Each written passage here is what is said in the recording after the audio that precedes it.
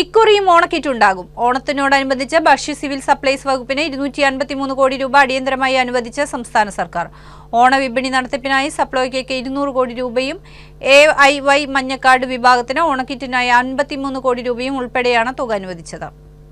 ഭക്ഷ്യ civil supplies വകുപ്പ് മന്ത്രി അനൂപ് ജേക്കബിന്റെ അഭ്യർത്ഥന പ്രകാരം മുഖ്യമന്ത്രി VD സതീശന്റെ ഇടപെടലിനെ തുടർന്നാണ് തുക അനുവദിച്ചത്. സർക്കാരിന്റെ വിപണി ഇടപെടൽ കൂടുതൽ കാര്യക്ഷമമാക്കാനും വിലക്കയറ്റം നിയന്ത്രിക്കാനുമുള്ള മാർക്കറ്റ് ഇന്റർവെൻഷൻ സ്കീമിൽ നിന്ന് തുക അനുവദിക്കണമെന്നായിരുന്നു ഭക്ഷ്യമന്ത്രി മുഖ്യമന്ത്രിയോട് അഭ്യർത്ഥിച്ചത്. മുൻ സർക്കാരുകൾ ഇത്രയും തുക ഒന്നിച്ച് അനുവദിച്ചിട്ടില്ലെന്ന് അനൂപ് ജേക്കബ് പറഞ്ഞു.